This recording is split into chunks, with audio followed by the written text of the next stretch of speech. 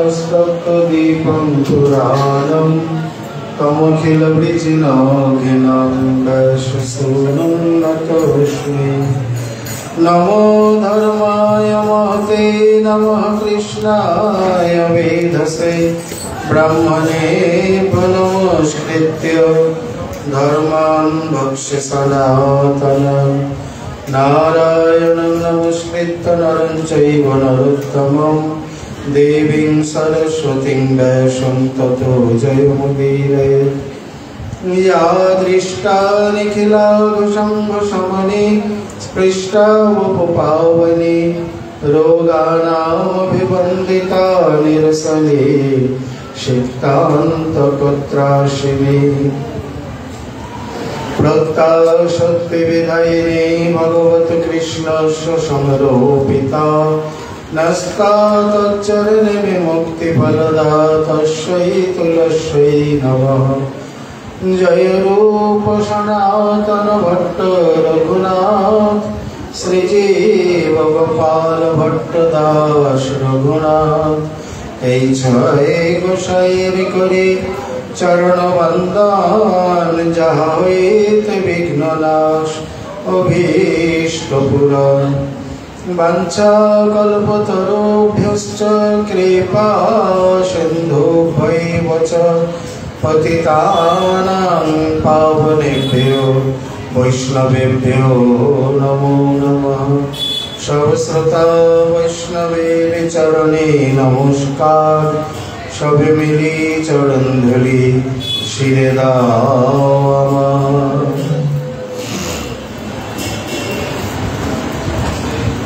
জয় জয় শ্রী চৈতন্য জয় নিত্যানন্দ জয় অদ্বৈত চন্দ্র জয় গৌর ভক্তবৃন্দ। ভক্তগোষ্ঠী সহিত গৌরাঙ্গ জয় জয়। শুনিলে চৈতন্য কথা ভক্তি লাভ হয়। প্রভু কহে কোন বিদ্যা বিদ্যা মধ্যে সার, রায় কহে কৃষ্ণ ভক্তি বিনা বিদ্যা নাহি আর। কলিযুগ পাবন অবতার শ্রী শ্রীকৃষ্ণ চৈতন্য মহাপ্রভু অতি অন্তরঙ্গ প্রিয় পার্ষদবর গৌড়ীয় আচার্য কুল ভাস্কর পরম বিরক্ত শিরোমণি কবিকুল মুকুটমণি বিশ্ব বৈষ্ণব রাজসভা সভাজন ভাজন শ্রী শ্রী রাধা কুন্দাশ্রয়ী শ্রী শ্রীল কৃষ্ণদাস কবিরাজ গোস্বামী চরণ তদীয় অমর মহাগ্রন্থ শ্রী শ্রী চৈতন্য চরিতামৃতে মধ্যলীলায় অষ্টম পরিচ্ছেদে শ্রী শ্রী রায়রামানন্দ সংবাদ প্রসঙ্গে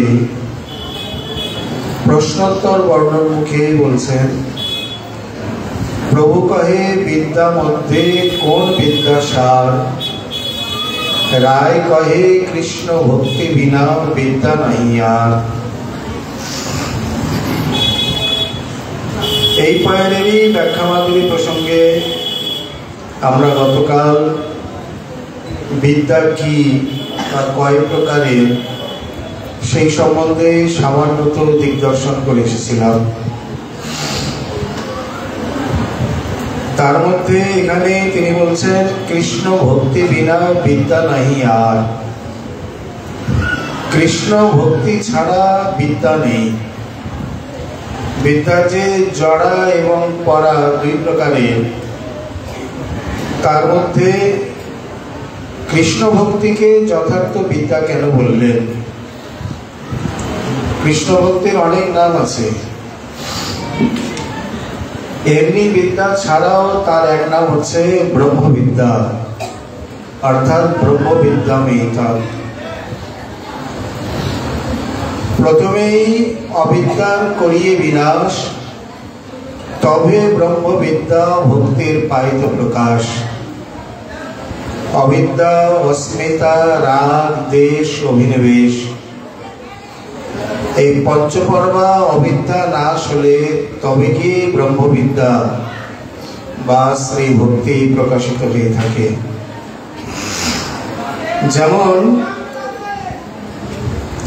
অজামিলকে যখন ধরতে এলেন, বিষ্ণুদূতগণ এসে যমদূতের হাত থেকে তাকে পরিত্রাণ করলেন, কিন্তু বৈকুণ্ঠে নেননি, কারণ তখনও পর্যন্ত তার মধ্যে পঞ্চপর্ব অবিদ্যা রয়েই গিয়েছিল। তিনি যখন যমদূতের হাত থেকে পরিত্রাণ পেলেন, মনে করলেন আজ তো আমাকে ঘর ছেড়ে যেতেই হতো, তা আজকেই আমি বেরিয়ে যাই। 88 বছর বয়সে গৃহত্যাগ করলেন। ভগবান নাম, গঙ্গা স্নান আর দশম স্কন্ধীয় লীলা পাঠ করে করে যখন অবিদ্যা নাশ হলো, তখন সেই 4 জন বিষ্ণুদূত এসেই তাকে আবার নিয়ে যান। অতএব এখানে ভক্তিদেবীকে বহু স্থলে ব্রহ্মবিদ্যা, পরাবিদ্যা, চিৎবিদ্যা বা শ্রেষ্ঠতম বিদ্যা বলে ঘোষণা করেছেন, স্থাপন করেছেন। প্রকৃতপক্ষে কৃষ্ণ ভক্তিকে রায় বিদ্যা কেন বললেন? বিদ্যা শব্দের যে বেদনা পর্যায়ের জ্ঞান, যার দ্বারা তাকে জানা যায়, তাহাই হচ্ছে বিদ্যা। শ্রীকৃষ্ণকে বা অনাদির আদি গোবিন্দ অখণ্ড সচ্চিদানন্দ পরব্রহ্মকে জানবার, বোঝার, উপলব্ধি করার কৃষ্ণ ভক্তি বিনা দ্বিতীয় কোনো উপায় নেই, যথার্থ উপায় নেই। এই কারণে তিনি পরিষ্কারই বলে দিলেন, রায় কহে কৃষ্ণ ভক্তি বিনা বিদ্যা নাহি আর। অর্থাৎ কৃষ্ণ ভক্তি বিনা যথার্থ বিদ্যা জগতে নেই। প্রমাণ হাজারো।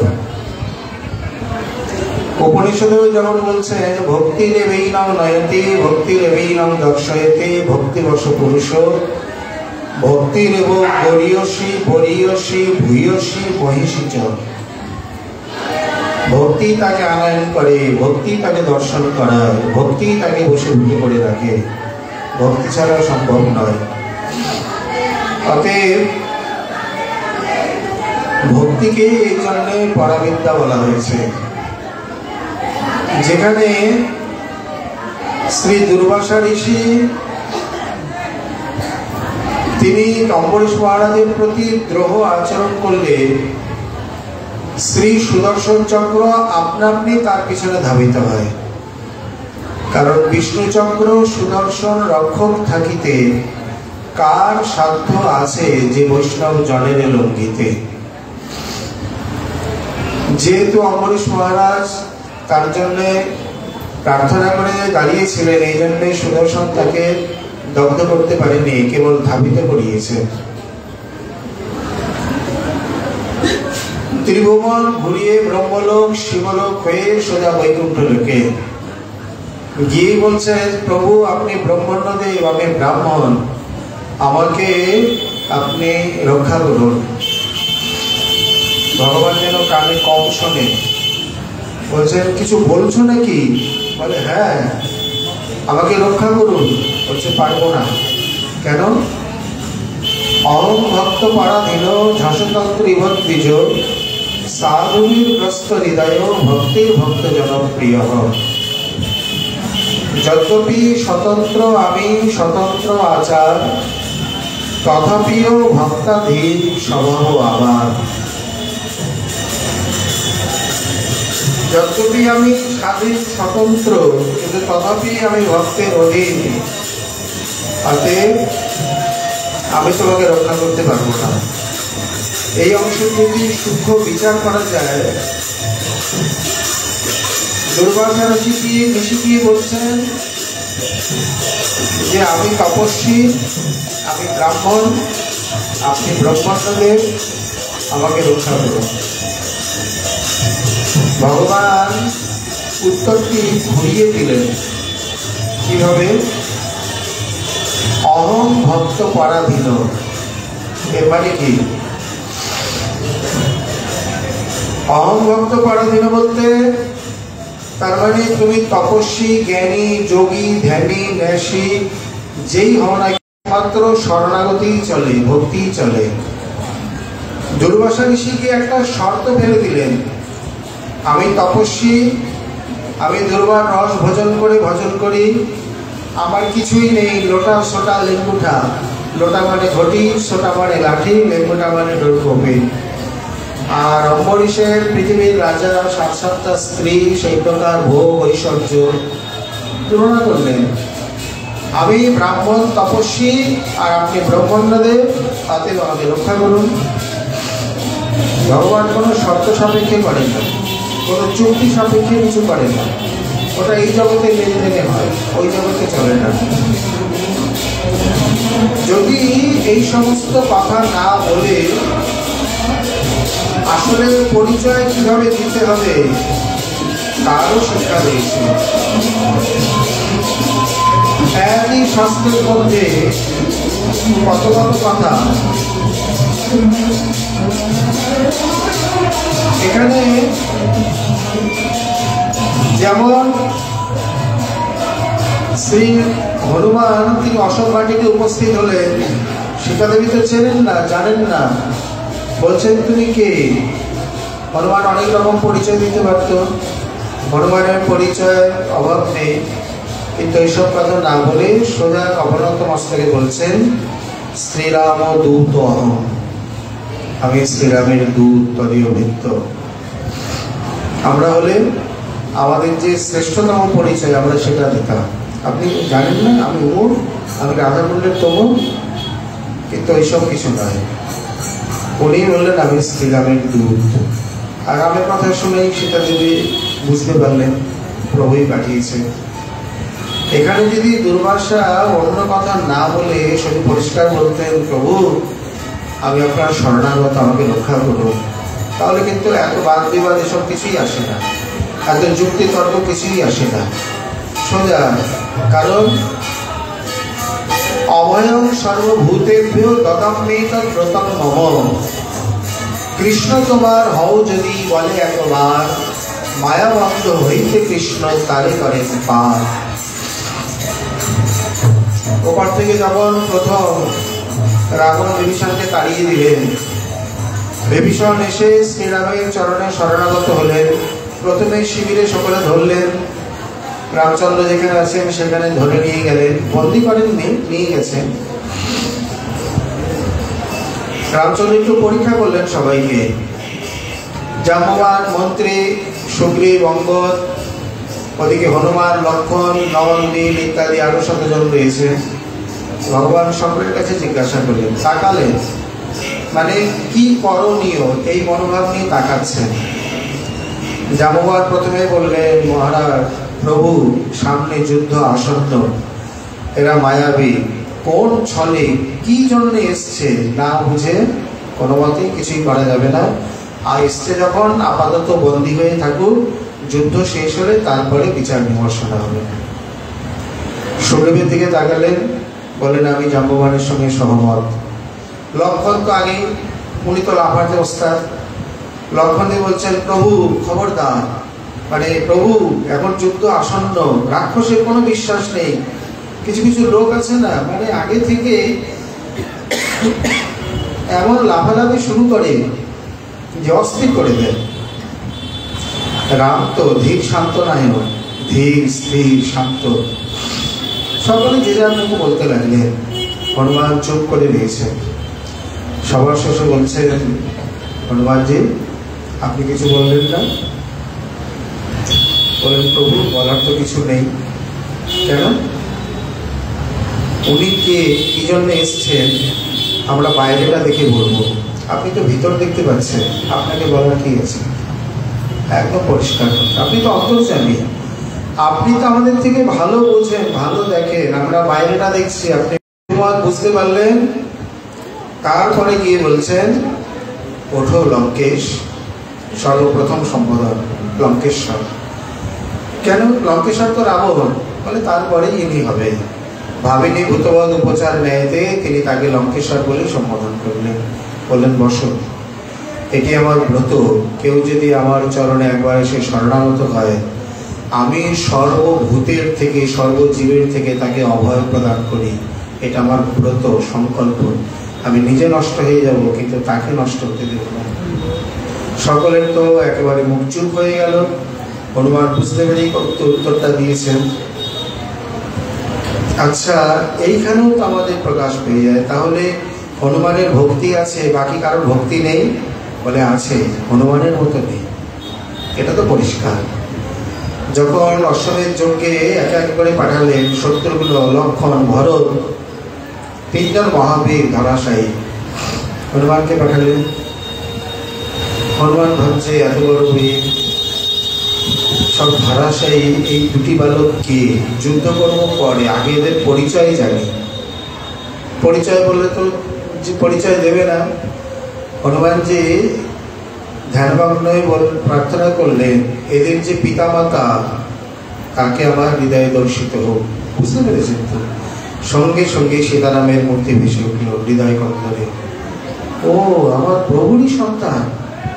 সঙ্গে সঙ্গে বুঝতে পেরে বলছেন, বাবা আমি বুড়ো হয়ে গেছি, আমার দ্বারা সম্ভব না, তোমাদের যা খুশি তাই করবো। ওরা শুয়ে গেছে, আমি আর কি যুদ্ধ করবো? কুশ বলছে, লক তাড়াতাড়ি বাপ, মাকে গিয়ে দেখাতো একটা বড় খেলনা পেয়েছি। হনুমানকে বেঁধে দিলেন। হনুমান বন্ধন অঙ্গীকার করলেন। লবকুশে কিন্তু সাধ্য নেই, হনুমান বাধা না বললে বাঁধতে পারত না। গিয়ে বলছেন, মা মা দেখো আজকে কি এনেছি, একটা চমৎকার জিনিস। মা বলছেন, কি এনেছিস? বলে, বের হয়ে দেখো না। যেমনই বের হয়ে এসছে, এতদিন পর সীতা দেবীকে দেখে হনুমানের চোখে আর বাদ মারে না, ঝরঝর করে। হনুমানকে দেখে সীতা দেবী, সীতা দেবীকে দেখে হনুমান, দুজনের চোখে যেন গঙ্গা যমুনার ধারা। লবকুশ অবাক হয়ে গেলেন, এদিকে দেখে ওদিকে দেখে, কি ব্যাপার, দুজনেই কাঁদছে কেন? সীতা দেবী তিরস্কার করলেন, তোমরা মানে অতিরিক্ত উদম করতে শুরু করেছে। এই কাকে ধরে এনেছো জানো তুমি? বলে, জানি না তো। তুমি কাঁদছো কেন, কি হয়েছে? বলে, আগে খোল, আগে ছাড়, তারপর বলছি। কৃষ্ণ ভক্তি বিনা বিদ্যা নাহি আর। তাহলে জাম্ববান বুঝতে পারলো না, সুগ্রীব বুঝতে পারলো না, লক্ষণ বুঝতে পারলো না, হনুমান কি করে বুঝতে পেরেছিল? বুঝতে পেরেই তো বলছে, আপনি তো ভিতর বাইরে সব দেখতে পারেন, আপনি আমাকে জিজ্ঞাসা করছেন কেন? আপনি তাকে মানে অভয় দেবেন কিনা, আশ্রয় দেবেন কিনা, এটা আপনি ভালো মতনই জানেন। তাহলে হনুমান এই কথাটি, এই বিষয়টি, রহস্যটি, তত্ত্বটি বুঝতে পারলো, তারা বুঝতে পারলো না। ভক্তি সবারই আছে, কিন্তু তারতম্য। হনুমান তো হনুমানই।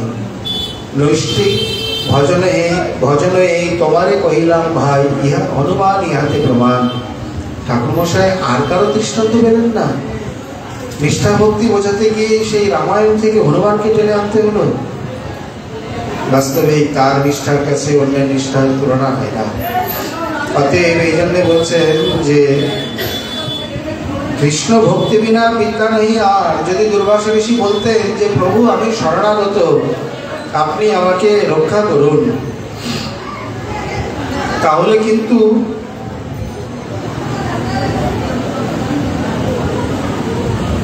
কিন্তু তিনি আর প্রভু এত যুক্তি, তর্ক, কথাবার্তা ইত্যাদি না। ওপরে বসে, ওপরে মন্দির বসে।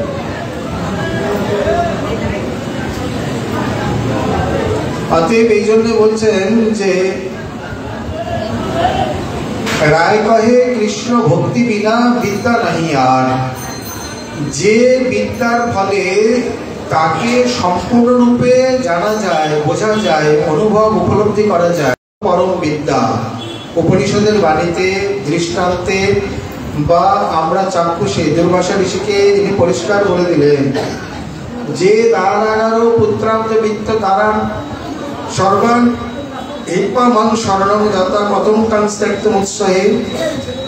যিনি পুত্র, বৃত্ত, কলত্র ইত্যাদি সমস্ত কিছু পরিত্যাগ করে আমার ভজন করছে, তুমি তাকে ত্যাগ করতে বলছো? যেমন পতিব্রতা নারী, তাকে যদি, আপনারা দয়া করে এগিয়ে বসুন, অনেক জায়গা আছে, এই সামনে গিয়ে আসুন, অনেক আরো গিয়ে আসুন। পতিব্রতা নারী সকলের সেবা করার পর তার স্বামী যদি তাকে সেবা করতে, লালন পালন করতে না পারে, তার নামে যেমন কলঙ্ক লাগবে, তেমনি ভগবানও যদি ভক্তকে রক্ষা করতে না পারেন, তার ভক্তবৎসল প্রণতপাল দীনদয়াল নামে কলঙ্কই লাগবে। তিনি দুর্বাসাকে বলে দিলেন আমি পারবো না, অথচ অম্বরীশকে তিনি রক্ষা করলেন। বললেন তাহলে ব্রাহ্মণ মারা যাবে? বলে মারা যাবে কেন? প্রভু কহে উপায় কহিতে সে পারি, কিন্তু বৈষ্ণব অপরাধ আমি খণ্ডাইতে নারী। তুমি বনে বাজারে ঘুরে বেড়াও, পায়ে কাটা ফোটে? বলে হ্যাঁ। যেই মুখে কাটা ফোটে সেই মুখে বাহিরায়, পায়ে কাটা ফুটিলে কি মস্তকে বাহিরায়? অপরাধ হয়েছে অম্বরীশের চরণে, তুমি এখানে এসছো কেন? যাও অম্বরীশের কাছে যাও। তাহলে অম্বরীশ মহারাজ তিনি তো কোনো শর্ত রাখেননি, তিনি তো একবারও বলেননি। দুর্বাসা যখন অগ্নিপ্রীত্যা পাঠালে, উনি কি বললেন যে প্রভু আমাকে রক্ষা করো, রক্ষা করো? একবারের জন্য তো বলেনি, উনি সানন্দে বরণ করে নিয়েছেন। কিন্তু প্রভু না বলার আগেই রক্ষা করলেন, মানে অগ্নিটাকে পান করে তারপর দুর্বাসার পিছনে সেই সুদর্শন ছুটতে লাগলো। আর দুর্বাসা ত্রিভুবন ঘুরে ব্রহ্মলোক শিবলোক হয়ে বৈকুণ্ঠ লোকে, এবং এসে বলছেন আমি তপস্বী, আমাকে রক্ষা করুন। ভগবান বলল ওইসব কোনো খাতির নেই আমার কাছে। এই কথাটি তিনি পরিষ্কার বলতে পারতেন যে অহং ভক্ত পরাধীন, এই কথা বলার মানে কি? এই কথা বলার মানে হলো, এটা যদি অন্যায় মুখে হয় তাহলে ব্যতিরেক মুখে এটা পরিষ্কার হয়ে গেল, নতু অহং তপস্বী পরাধীন, জ্ঞানী যোগী পরাধীন বা জ্যোতি তপি পরাধীন। আমি অন্য কখনো কোনোদিন কারোর পরাধীন হই না, আমি একমাত্র ভক্তের পরাধীন। ভক্ত কাকে বলে? ভক্তি যার মধ্যে আছে, ভক্তি সাধনা যে করছে সেই হচ্ছে ভক্ত। যদ্যপের মধ্যে তারতম্য আছে, ভক্তির জাতি পরিমাণ ইত্যাদি রয়েছে, সেই অনুযায়ী ভগবান তার কাছে বশীভূত হন। কিন্তু এবার প্রশ্ন হলো তাহলে কোন ভক্ত তাকে কতটা জানতে পারে? তার সহজ উত্তর হলো এই, যে ভক্তের পরিমাণে, যে ভক্তের হৃদয়ে যে পরিমাণে ভক্তি, যে জাতীয় ভক্তি বা যে পরিমাণে ভক্তি, তিনি সেইভাবে জানতে পারেন। ব্রহ্মা যেভাবে জেনেছেন, বক্কুমার কি সেভাবে জেনেছেন? বা ভীষ্ম যেভাবে জেনেছেন, প্রহ্লাদ কি সেভাবে জেনেছেন? বা গোপীরা যেভাবে জেনেছেন, মহিষীরা কি সেভাবে জেনেছেন? ভক্তি কার মধ্যে নেই? ধ্রুব প্রহ্লাদের মধ্যেও আছে, ভীষ্ম নারদের মধ্যেও আছে, লক্ষ্মী মহিষীগণের মধ্যেও আছে, গোপীগণ চন্দ্রাবলী ললিতা রাধারানীর মধ্যেও আছে। অতএব এই ভক্তির পরিপক্বতায় প্রেম ভাব বাহবা রূঢ় অধিরূঢ় মোহনাক্ষ মাদনাক্ষ ইত্যাদি করে, এইবার যদ্যপ ওই ভক্তির প্রেম নামাক্ষ হয়ে যাচ্ছে, তা সেই প্রেমের জাতি এবং পরিমাণ যার হৃদয়ে যদ্রূপ, তিনি তাকে সেই পরিমাণে জানতে পারে বা বশীভূত করতে পারে। এসো ঘোষ নিবাসীরা মূত কিং দেব রাতেই তিনা। ব্রহ্মা বলছেন প্রভু আপনাকে জলতুলসী দেয় যেই জন, কৃষ্ণকে জলতুলসী দেয় যেই জন, তার ঋণ শোধিতে কৃষ্ণ করে যতন। জলতুলসী সম ঘরে নাহি ধন, অতএব আত্মা বেঁচে করে ঋণের শোধন। আপনাকে গঙ্গা জলে দাঁড়িয়ে যদি কেউ গঙ্গা তুলসী দেয়, অর্পণ করে, তাতে আপনি তাকে আত্মদান করে থাকেন, তাহলে ব্রজবাসীগণকে কি দেবেন? ব্রজবাসীরা যে আপনাকে সর্বস্ব দান করে, সর্বত্র দান করে বসে আছে, আপনি তাদের কি দেবেন? ভগবান ভঙ্গি করলেন, বলে তুমি বলো কি দেব? বলে আমার মনে দেওয়ার কিছু নেই, ঋণী থেকে যাবে। বলে ঠিক বলেছ, ব্রজবাসীর প্রেমে তিনি ঋণী, শুধু গোপীগণের প্রেমেই নয়। এখন এখানে বিচার হলো যে জাতীয় ভক্ত যেভাবে তাকে জল তুলসী অর্পণ করছে বা যেভাবে দান করছে, এখন ভগবানের আত্মা একটি না বহু? ভগবানের কটি আত্মা? এটা একটা প্রশ্ন। অনন্ত ভক্ত, তিনি সকলকে বলে আমি আত্মদান করবো, আত্মদান করি, তাহলে ভগবানের আত্মা কটি? কজনকে কটা আত্মা দান করে? ভগবান অনন্ত আত্মা না, একটা আত্মা নয়, ভগবান বিশ্বাত্মা, ভগবান সর্বাত্মা। এইবার তিনি পূর্ণ স্বরূপ তো, টুকরো টুকরো করে এক একজনকে ধান করে তা না, একে 1 পোয়া, ওকে আধা কিলো, ওকে 1 কিলো, এইসব না। একে 1 অংশ বা ওকে অর্ধাংশ, একে পূর্ণাংশ, একে 16 কলা, একে 1 কলা, একে 2 কলা, একে অংশাংশ, একে কলাংশ, একে অংশাংশ, এইসব কোনো বিচার নেই। ঠিক যে পরিমাণে ভক্তের আত্মসমর্পণ, শরণাগতি, ভক্তি, সেই পরিমাণে ভগবত উপলব্ধি তিনি লাভ করবেন। এগুলো আগে থেকেই সব বিচার হয়ে গেছে। অতএব গোপগণ, ব্রজবাসীগণ যেভাবে সর্বত্রভাবে তাকে সমর্পণ করেছেন, বা সর্বস্বাত্ম নিবেদনে বলিলবোধ কৃষ্ণাপ্তিরেশন করা, বলি মহারাজ সেইভাবে তাকে পেয়েছেন, গোপগণ গোপীগণ তাকে সেইভাবে পেয়েছেন। তো অংশাংশের বিচার হচ্ছে, তাহলে পূর্ণতার বিচার। পূর্ণ কিভাবে? বলে পূর্ণ কি কেউ তাকে দান করতে পেরেছে? হ্যাঁ, সেটাই তো প্রশ্ন। আজ পর্যন্ত কি কেউ তাকে পূর্ণ দান করতে পেরেছে? বলে হ্যাঁ, একজন তো অবশ্যই পেরেছে, তার সঙ্গে তুলনা হয় না। কে? এবার খুলে বলতে হবে, ভানুনন্দিনী শ্রীমতী রাধারানী। এই প্রেমার দ্বারে রাধিকা, নিত্য রাধিকা একলি, আমার মাধুর্যামৃত আস্বাদে সকলে। কারণ তিনি বিভু, যার প্রেম যে জাতীয়, যে পরিমাণে তিনি সেইভাবে মাধুর্যাদি আস্বাদন করেন। তা ভক্ত তো ছাড়বার মাত্র নয়, বলছেন আপনার পূর্ণ মাধুর্যকেও আস্বাদন করতে পারে না। বলে কি করে করবে? এরকম পূর্ণ ব্যক্তি জগতে কোথায়? পূর্ণ প্রেম কোথায়? বলে যদি কোথাও থাকে, প্রশ্ন তুলছেন, পূর্বপক্ষ তুলছেন, যদি কোথাও থাকে, বলে হ্যাঁ, যদি কোথাও থাকে তাহলে তিনি আস্বাদন করতে পারবেন। তা কে আছে? খোঁজ করো দেখি। খোঁজ করতে করতে করতে শেষে গিয়ে পাওয়া গেল এই একজনকে। অবশ্য রাধারানী অন্য কেউ নয়, তিনিই তো। তারই তো রাজনী শক্তি, তারই তো স্বরূপ শক্তি, তারই তো অন্তরঙ্গা শক্তি, তিনিই তো। রাধিকা রমণা দশইতি রাধা রমণ গোবিন্দেন আরাধ্যতে বা রাধয়া আরাধীন বা, যিনি গোবিন্দের দ্বারা আরাধিত হচ্ছেন, বা যে রাধারানী স্বয়ং যাকে আরাধনা করছেন, তিনিই তো। কৃষ্ণ বাঞ্ছা পড়তেরও করেন আরাধনে, অতএব রাধিকা নাম পুরাণে বাখানে। নিত্যকাল সদাকাল উভয়কে আরাধনা করে চলেছে। দেখতে রাধা কৃষ্ণ দুজন, স্ত্রী পুরুষ, রমণ রমণী, তত্ত্বত তো তা নয়, সর্বদা তো তিনি। এই জন্য তার আত্মারমতার কোনো খণ্ডন হয়নি। নাস রমণ নাহম রমণী দুহু মন মনোভব প্রিয় সরজানি। তিনি এইভাবেই সৃষ্টি করেছেন। পরস্পরের প্রতি কতখানি সম্পৃক্ত, আসক্ত, কতখানি অনুরাগী দুজনে। জগতে এমন একটা চরম পরম দৃষ্টান্ত তৈরি করে রেখে দিয়েছে, যেখানে এই জগতের এবং ওই জগতের, মানে জীব জগতের এবং পার্শ্বদ জগতের কেউ সেই বিন্দুকে কোনদিন আর স্পর্শ করতে পারবে না। যারা থাকবে তারা সব তার নিম্নে, মানে যেমন অদক্ষস তত্ত্ব, তেমনি সেই প্রকার। অতএব এই জন্য এখানে রায় বলছেন, প্রভু কহে বিদ্যা মধ্যে কোন বিদ্যা সার, রায় কহে কৃষ্ণ ভক্তি বিনা বিদ্যা নাহি আর। এই ভক্তির বলে যেভাবে তাকে জানা যায়, বোঝা যায়, উপলব্ধি করা যায়, এমনটি অন্য কোনো উপায়ের দ্বারা কখনো কদাপি করা যায় না। এই কারণে কৃষ্ণ ভক্তি হলো জগতের সর্বাপেক্ষা শ্রেষ্ঠতম বিদ্যা। যে বিদ্যার বলে ফলে তাকে জানা যায়, বোঝা যায়, উপলব্ধি করা যায়, সামনে আনা যায়, দেখা যায়, বশীভূত করা যায়। আর বাকি রইল কি? শুধু তাই না, ইচ্ছা মতো বিশ্ব নাচে মোর মায়ামে, গোপী নাচাবে মই। রসখানজির এত সুন্দর পদ রয়েছে। গিয়ে বলছেন, কানে নাচতে পারিস? বলে হ্যাঁ, নাচ, মাখন দেব। ছোট্ট ছেলে তো, একেবারে অঙ্গভঙ্গি করে সুন্দর নাচতে লাগলেন। বলে নাচের সঙ্গে একটু গান বাজনা না হলে নাচ জমে? বলে তোমরা গাও। আমরা গাইবো কেন?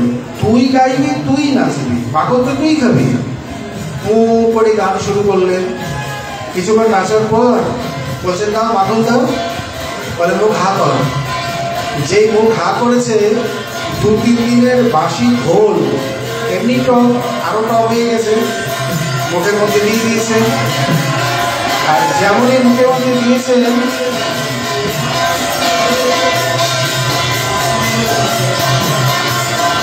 যেমন মুখে দিয়েছেন, মুখটা টক হয়ে গেছে। छाछ खट्टी है। बोले नाचना तो आता नहीं, छाछ खट्टी है। बोले माखन देवे बोलले, बोले ভালো করে নাচলে নিশ্চয়ই মাখন দিতে হবে। রসখানজি আকবরের সভাকবি মুসলিম গোকুলের সমাধি রয়েছে, পরিষ্কার বলছেন গোপী বিশ্ব নাচে মোর মায়ামে আর গোপী নাচাবে মই। ভক্তিতে কেমন নাচিয়ে নিচ্ছে। शेष महेश दिनेश गणेश सुरेश जाके निरंतर गावे, जाको वेद अच्छे दबे सुवेद बतावे, नारद से रस कोई पची हरे तो पुनि पार न पावे, ताही আহির की छोहेरिया छचिया भर छाछ पे नाच नचावे। এখানে এমন সুন্দর শব্দালঙ্কার যোগ করেছেন। শেষ মহেশ গণেশ দীনেশ সুরেশ অনন্ত ভগবান, দীনেশ সূর্য, সুরেশ ইন্দ্র, গণেশ গণপতি, এইভাবে মহেশ মহাদেব সকলে নিরন্তর যাকে গান করছেন। যাহি অনন্ত অখণ্ড আছে অভেদ বেদ সুবেদ বাতাবে, যাকে অনন্ত অনাদি আদি গোবিন্দ অখণ্ড পরব্রহ্ম বলে বেদ কীর্তন করছে। ব্রহ্মা নারদ ব্যাস সুখ ইত্যাদি ভাগবতে অশেষ কীর্তন করেও যার পার পায়নি, তাহি আহির কি ছোহেরিয়া। এই আহিরি বালিকাগণ কিশোরীগণ ছাছিয়া ভর মানে এক অঞ্চল ছাঁচ পে খাট্টা মাথায় এইভাবে নাচ নাচাবে, ইচ্ছা মতো নাচিয়ে গেলেন। কিসের বলে? এই ভক্তির বলে, প্রেমের। যে ভক্তি পরিপক্ক হয়ে প্রেম নাম নিয়েছে। অতএব এর দ্বারা তাকে যেভাবে জানা যায়, বোঝা যায়, পাওয়া যায়, ইচ্ছা মতো নাচানো যায়, এমনটি অন্যের হয় না। উঁচা গ্রামের মহাত্মা ছিলেন। একদিন এসে বলছে, গিরিধারী এখানে তো কেউ নেই, তুমি আমার আমি তোমার। এমনি আমাকে ছলে বলেছেন। ভক্তবৎসল তাকে অন্যথা করেনি। এই জগন্নাথী মাধব দাসের মতো তার রং তামাশায় হয়। প্রথমে এমনি আমাশা, তারপর থেকে রং তামাশা, এমন শরীর অচল অসাড় হয়ে গেল, জল আনার উপায় নেই, মাধবগুলিতে যেতেই পারে না। গিরিধারী স্বয়ং ব্রজবালকের রূপ ধারণ করে সে তার জল শৌচ পর্যন্ত করে দিয়েছে, কাপড় ধুয়ে দিয়েছে, ঔষধপত্র এনে তাকে সুস্থ করে। কদিন পর যখন গেছে, গিয়ে মাধুগুরি গিয়ে বলছে, মাইয়া तेरे लाला ने ऐसी सेवा की, वो मैं तो घर ही गए थे। বলছেন, বাবা লালা यहाँ है नहीं, वो नक्सार है, वो মামা বাড়িতে এখানে নেই। বলে কা বাকরে, আমাকে এই কদিন সেবা করলো, লালা আমি মরে যেতাম। আরে বাবা তেরো মন খারাপ হয়, ও হ্যাঁ है ही नहीं। বারবার করে বলছে, তোমার মাথা খারাপ, ছেলে মামা বাড়িতে এখানে নেই, আসলে তোমাকে দেখাবো। যখন বলেছে বাবাজি তোর মন খারাপ হয়, তখন কথাটা খটকা লেগেছে। আর মাধুগুরি গেলেন না। উনি মাধুগুরি ভোগ লাগাতেন গিরিধারী, যা কেউ করে না। এই আচরণ শুনেই কেউ আবার করতে যাবেন না, কারণ শুনলেই তোমার মনে করে উনি করেছে তাহলে আমি করি। এক একজনের ভাব এক এক রকম, সকলের আচরণ অনুকরণের যোগ্য নয়। সাধারণত মাধুগুরি ভোগ লাগানো হয় না, কারণ ব্রজবাসীরা খেয়ে দিয়ে দেয় বা অনেক রকম থাকে, ওটা নেই। গোস্বামী বা গুরুবার থেকেই ভোগ লাগানো যায়, ঠাকুরকে দেওয়া যায় না। ঠাকুরকে দিতে গেলে একেবারে আমানিয়া আনকরা অনুচ্ছিষ্ট দিতে হয়, ওর থেকে তুলে নিলেই তো উচ্ছিষ্ট হয়ে যায়। অতএব এগুলো ভোগ লাগায় না। উনি লাগাতেন, ভাবতেন একাই খাবো, গিরিধারীকে কী দেবো, নিশ্চিঞ্চন কিছু নেই, ওইটাই ভোগ লাগাতেন। তো যখন বারবার করে বললেন তোর মন খারাপ হয়, তখন এসে গিরিধারের কাছে মাঝেগুলো রেখে বলছে, ও ওই যে তোমাকে বলেছিলাম যে তুমি আমার আমি তোমার, সেই কথাটা এইভাবে রক্ষা করলে। ঝরঝর করে দুই নেত্রে গঙ্গা যমুনার ধারার মতো মাধুগুরি ভিজতে লাগলো। ওই রুটেই খাওয়ালেন। আসলে শোকের অশ্রু নাকি নোনতা, আর প্রেমের অশ্রু নাকি মিষ্টি। ভগবান কত না কিছু আহার করে। ব্রজবাসীর উচ্ছিষ্ট মাধুগুরি, তাও আবার ভক্তের প্রেমাস্ত্র মিশিয়ে। এই নৈবেদ্য মনে হয় ব্রহ্মাণ্ডে আর কেউ দান করেননি, করেনও না। পরিষ্কার। এই যে গিরিধারী নাচলো, কিসে নাচলো, কে নাচালো? ভক্তের সেই সর্ব প্রাণের আহ্বান, আবেগ। অতএব কৃষ্ণ ভক্তির ওপর বিদ্যা হয় না। পরবর্তী অংশে যেভাবে আবার তিনি বর্ণনা করছেন, শ্রীমান মহাপ্রভুর কৃপা হলে আবার আমরা আগামীকাল আস্বাদনে আশা রাখি। একটু পরে এখনই তিন গোস্বামীর সমাধির এখানে বা পঞ্চমাণ্ড মেলায় তিন গোস্বামীর সূচক কীর্তন হবে। এই জন্য আজকে আমাদের পাঠ একটু এগিয়ে গিয়ে এসছে। আজকে আমাদের চৈতন্য চরিতামৃতের কথা এখানে বিশ্রাম। নিতাই গৌর হরি।